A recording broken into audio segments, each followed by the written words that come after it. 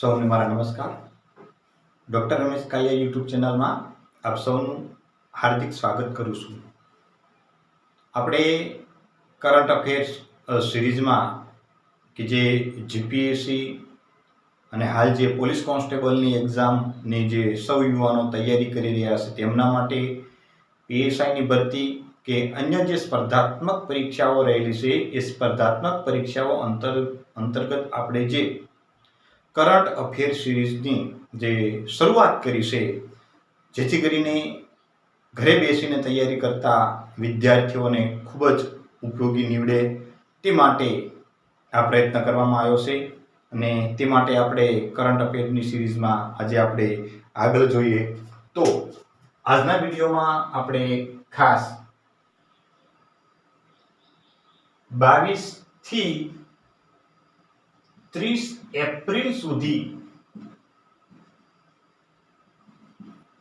જે વિવિધ જે ઘટનાઓ રહેલી છે જેમાં આંતરરાષ્ટ્રીય ઘટના હોય, ગુજરાત અને ભારત સરકારની વિવિધ યોજનાઓ રહેલી હોય, સ્પોર્ટ હોય વગેરે અંતર્ગત આજે આપણે માહિતી મેળવીશું. 22 એપ્રિલ વિશ્વ પૃથ્વી દિવસ તરીકે મનાવવામાં આવે છે. હોલિસ્ટિક ડેવલપમેન્ટ કેટેગરીમાં રાજકોટને રાષ્ટ્રીય કક્ષાનો સર્વશ્રેષ્ઠ જિલ્લાનો એવોર્ડ આપવામાં આવ્યો છે. ગુજરાતમાં તારીખ 10 થી 13 મે દરમિયાન 2 તબક્કામાં એશિયાઈ સિંહોની વસ્તી ગણતરી કરવામાં આવશે. રાજ્યમાં 1936માં સૌપ્રથમ વખત સિંહની ગણતરી કરવામાં આવી હતી અને 1980થી ગીર એશિયાઈ સિંહોના એકમાત્ર નિવાસસ્થાન તરીકે સુપ્રસિદ્ધ થયેલ હતું. માલીના માર્કમાં ફેસ્મા માસ ફેસ્ટિવલની ઉજવણી કરવામાં આવી છે, જે દરમિયાન પિરોગ રેસ એટલે કે એક હોડી પાણીની અંદર ચલાવવાની હોય છે અને એની સ્પર્ધા આયોજિત કરવામાં આવી હતી. આ ફેસ્ટિવલની શરૂઆત 1993માં થયેલી અને 2014માં યુનેસ્કો દ્વારા અમૂર્ત સાંસ્કૃતિક વારસા તરીકે તેને માન્યતા પ્રાપ્ત થઈ હતી. હાલમાં બીસીસીઆઈ દ્વારા 2024-25ની સિરીઝ માટે 34 ખેલાડીઓના સેન્ટ્રલ કોન્ટ્રાક્ટર જાહેર કરવામાં આવ્યા છે અને તેને કુલ અલગ અલગ 4 ગ્રેડ પાડવામાં આવ્યા છે, જેમ કે A, B, C એવી રીતે.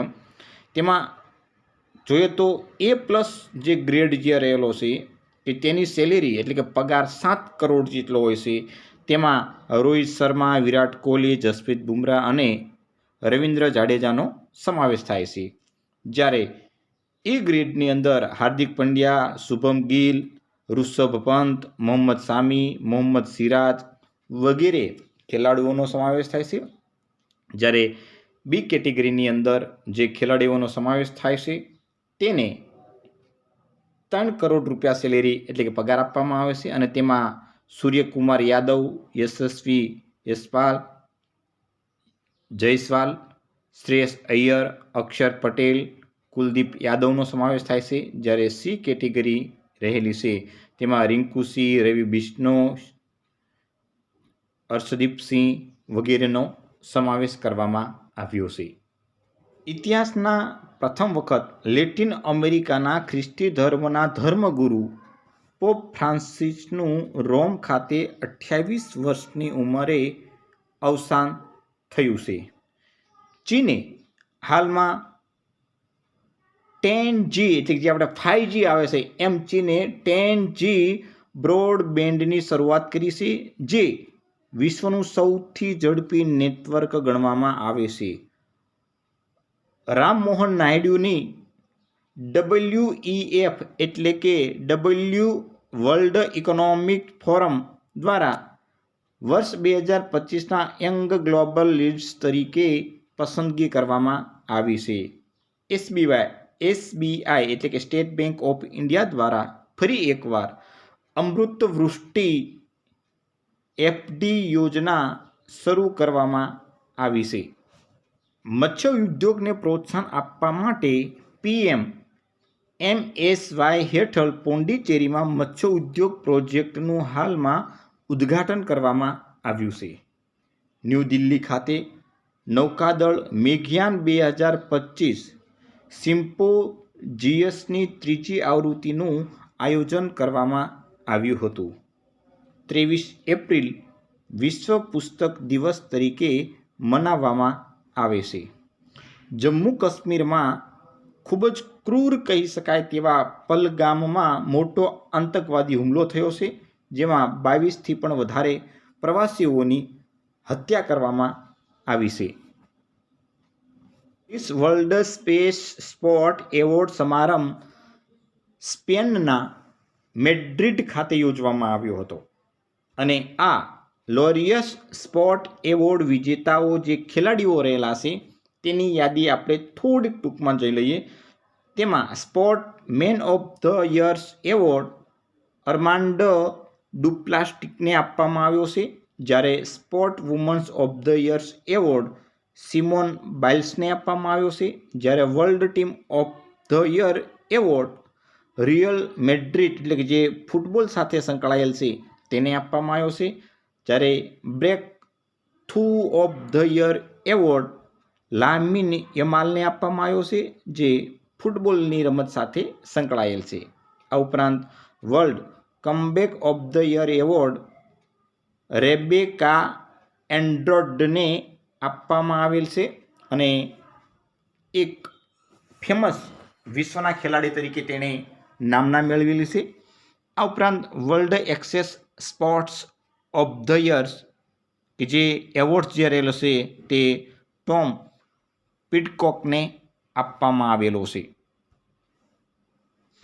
આ ઉપરાંત Laureus sport for good award Kick for લાઈફને આપવામાં આવ્યો છે, જ્યારે Laureus sporting icon award Rafael નાદાલને આપવામાં આવ્યો છે.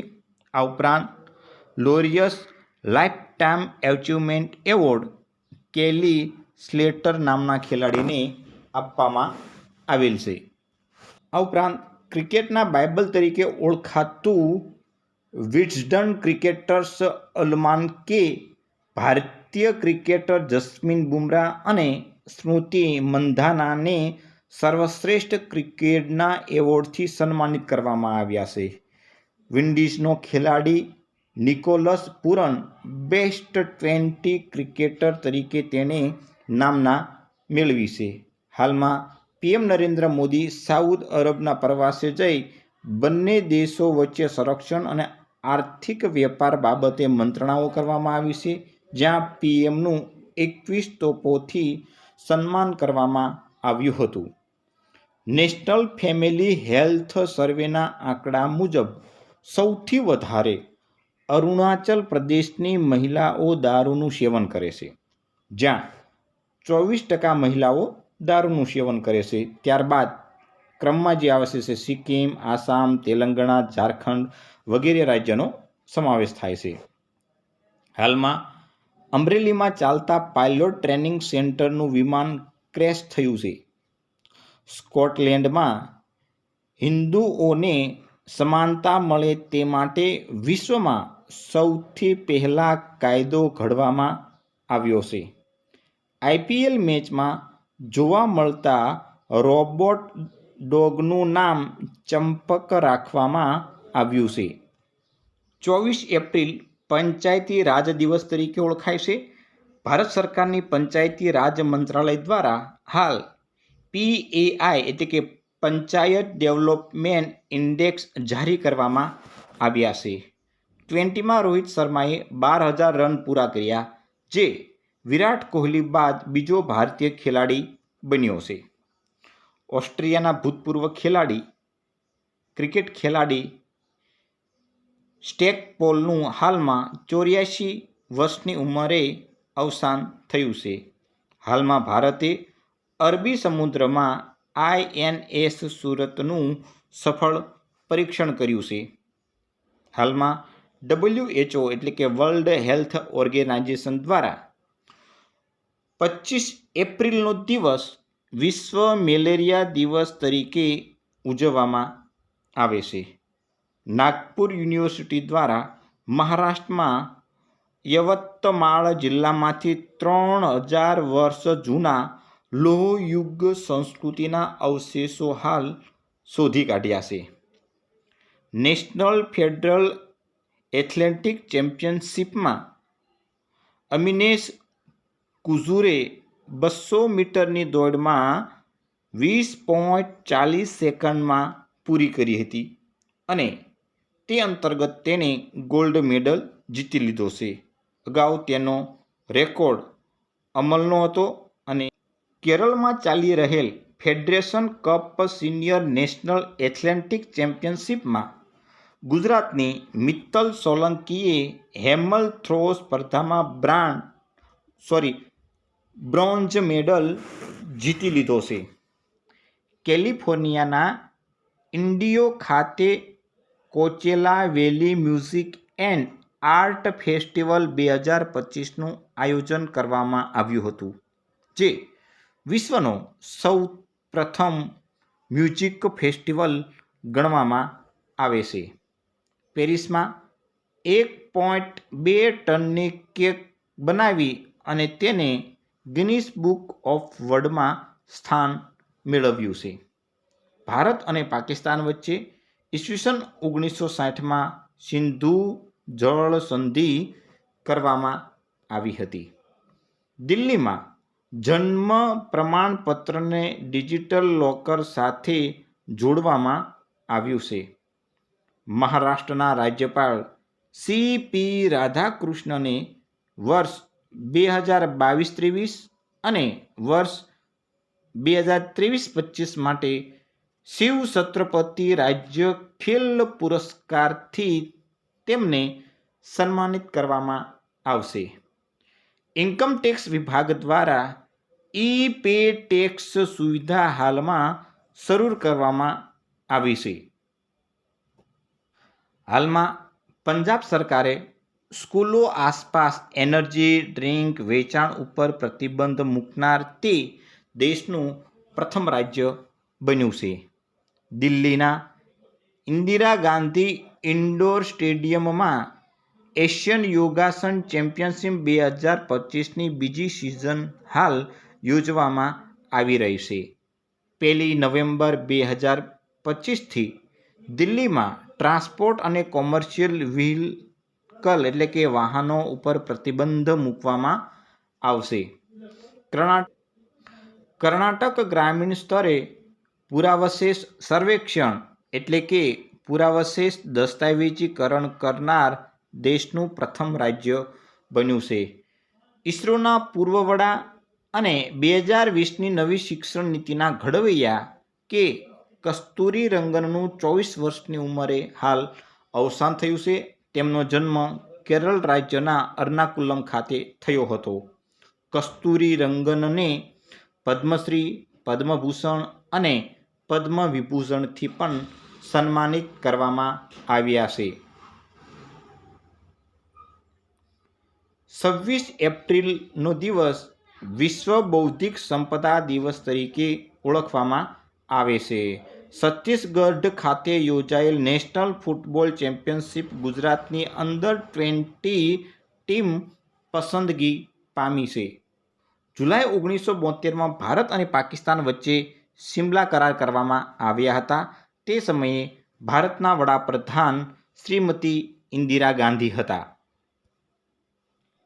આઈપીએલની 18મી સિઝનમાં બેંગલુરુ હરીફ ટીમના મેદાનમાં તમામ 5 મેચો જીતનાર એકમાત્ર ટીમ બની છે.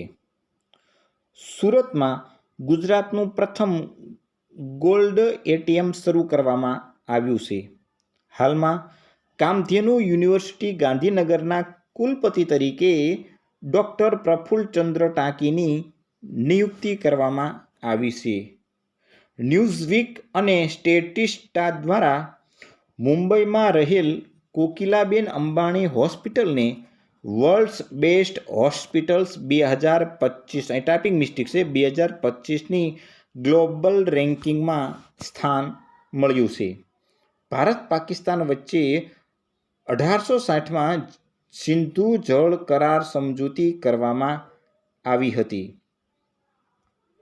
વિશ્વમાં 20 મેચમાં IPL સિઝનમાં રાજસ્થાન રોયલ્સના 14 વર્ષના ખેલાડી વૈભવ સૂર્યવંશીએ 35 બોલમાં 100 રન કરનાર સૌથી યુવા ક્રિકેટર અને વિશ્વનો બીજા નંબરનો તથા પ્રથમ ભારતીય ખેલાડી બન્યો છે. આ રન તેણે ગુજરાત ટાઇટન્સ સામે ફટકાર્યા હતા.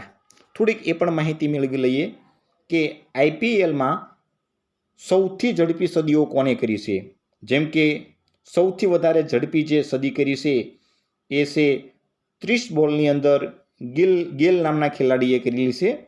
અને જે હરીફ જે ટીમ જે રહેલી હતી તે બેંગલુરુ અને સ્થળ બેંગલુરુ 2013માં. ત્યારબાદ 35 બોલની અંદર વૈભવ સૂર્યવંશીએ કરેલું છે. ત્યારબાદ 37 બોલની અંદર યુસુફ પઠાણે 100 રન પૂર્ણ કર્યા છે, જે મુંબઈ ખાતે 2010માં રમાયેલી હતી. ત્યારબાદ 38 બોલની અંદર મિલર નામના ખેલાડીએ કરેલી છે. આ ઉપરાંત IPLમાં સૌથી યુવા વયે સદી કયા ખેલાડીએ ફટકારી છે તે પણ માહિતી મેળવીએ. તેમાં પ્રથમ ક્રમે આવે છે વૈભવ સૂર્યવંશી, જેણે 14 વર્ષ અને 32 દિવસની ઉંમરે એને સદી ફટકારેલી છે. ક્યારે? તો કે 2025માં. ત્યારબાદ આવશે મનીષ પાંડે કે જેણે 19 વર્ષનો હતો ત્યારે તેને સદી ફટકારી હતી 2009ના સમયમાં. ત્યારબાદ ત્રીજા ક્રમે આવે છે રિષભ પંત. તે 20 વર્ષ અને 218 દિવસનો હતો ત્યારે તેણે 2018માં સૌથી યુવા અવસ્થાએ તેને સદી ફટકારી હતી. 29 એપ્રિલ આંતરરાષ્ટ્રીય નૃત્ય દિવસ તરીકે ઓળખાય છે. ભારત દેશ ફ્રાન્સ પાસેથી 64,000 કરોડ રૂપિયાના રાફેલ એમની ખરીદી કરશે તેવું હાલ કેન્દ્ર સરકાર દ્વારા આપણને માહિતી પ્રાપ્ત થાય છે. યુનાઇટેડ લોન્ચ અલાયન્સની વી-રોકેટના સહકારથી એમેઝોને પ્રથમ ઇન્ટરનેશનલ સેટેલાઇટ લોન્ચ કર્યો છે. કેનેડામાં હાલમાં ચૂંટણી યોજાઈ છે અને કેનેડામાં હાલના જે વડાપ્રધાન માર્ક કર્નીની જે રહેલા છે તે પાર્ટીનો વિજય થયો છે. હાલમાં ભારતીય ક્રિકેટ મહિલા ટીમ શ્રીલંકાના યજમાન પદે છે. તેમાં શ્રીલંકા, ભારત અને આફ્રિકાની વચ્ચે ત્રિકોણીય મેચ રમાશે અને ભારતની જે મહિલા ક્રિકેટર ટીમ રહેલી છે તેમણે આફ્રિકા સામે વિજય મેળવી અને વિજયની શરૂઆત પણ કરી છે. મહાન સમાજ સુધારક જ્યોતિબા ફૂલે અને તેમના પત્ની સાવિત્રીબાઈ ફૂલેના જીવન સંઘર્ષ સાથે સંકળાયેલી બાયોપિક ફૂલે નામની જે ફિલ્મ રહેલી છે તે 25 એપ્રિલના રોજ રિલીઝ કરવામાં આવી છે. હાલ શ્રીલંકામાં રમાઈ રહેલ ત્રિકોણીય મેચમાં દક્ષિણ આફ્રિકા સામે ભારતીય મહિલા ક્રિકેટર પ્રતિકા રાવલે મહિલા વન ડે ક્રિકેટમાં સૌથી ઝડપી 500 રન પૂરા કરનાર વિશ્વની પ્રથમ બેસ્ટ ખેલાડી બની ગઈ છે.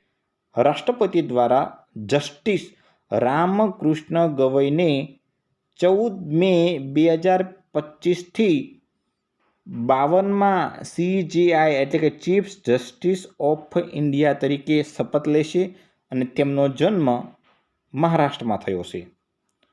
નાસા અને ઇસરોના સંયુક્ત ઉપક્રમે એક્સિયો-4 મિશન ઉપર ભારત, પોલેન્ડ અને હંગેરી પહેલી વખત તેઓ કામ કરશે અને એકી સાથે ISS ઉપર જશે. તેમાં ભારતીય વાયુસેનાના કેપ્ટન શુભાંશુ શુક્લા પ્રથમ ભારતીય તરીકે તેઓ ISS ઉપર જશે. ફ્રાન્સમાં 30,000 વર્ષ જૂની 1.6 કિલોમીટર લાંબી વિશ્વની અનોખી સૌથી પ્રાચીન ગુફા મળી આવી છે. આજરોજ તારીખ 30/4/2025ને અખાત્રીજના દિવસે ભાવનગર જે સ્ટેટ રહેલું હતું અને આજે ભાવનગર શહેર રહેલું છે તેના 303મો સ્થાપના દિવસ ઉજવવામાં આવ્યો છે. આમ તમને જો મારો વિડીયો ગમ્યો હોય તો પોલીસ કોન્સ્ટેબલની, પીએસઆઈની, જીપીએસસી કે અન્ય સ્પર્ધાત્મક પરીક્ષાઓની તૈયારી કરતા વિદ્યાર્થીઓ સાથે ખાસ શેર કરજો, જેથી કરીને એમને સચોટ, સંપૂર્ણ અને આધારભૂત માહિતી મળી શકે. અને અમારા વિડીયોને લાઈક આપજો. જે વિદ્યાર્થીઓએ કે જે મિત્રોએ અમારી આ ચેનલને સબસ્ક્રાઈબ ન કરી હોય તો સબસ્ક્રાઈબ કરજો. આભાર.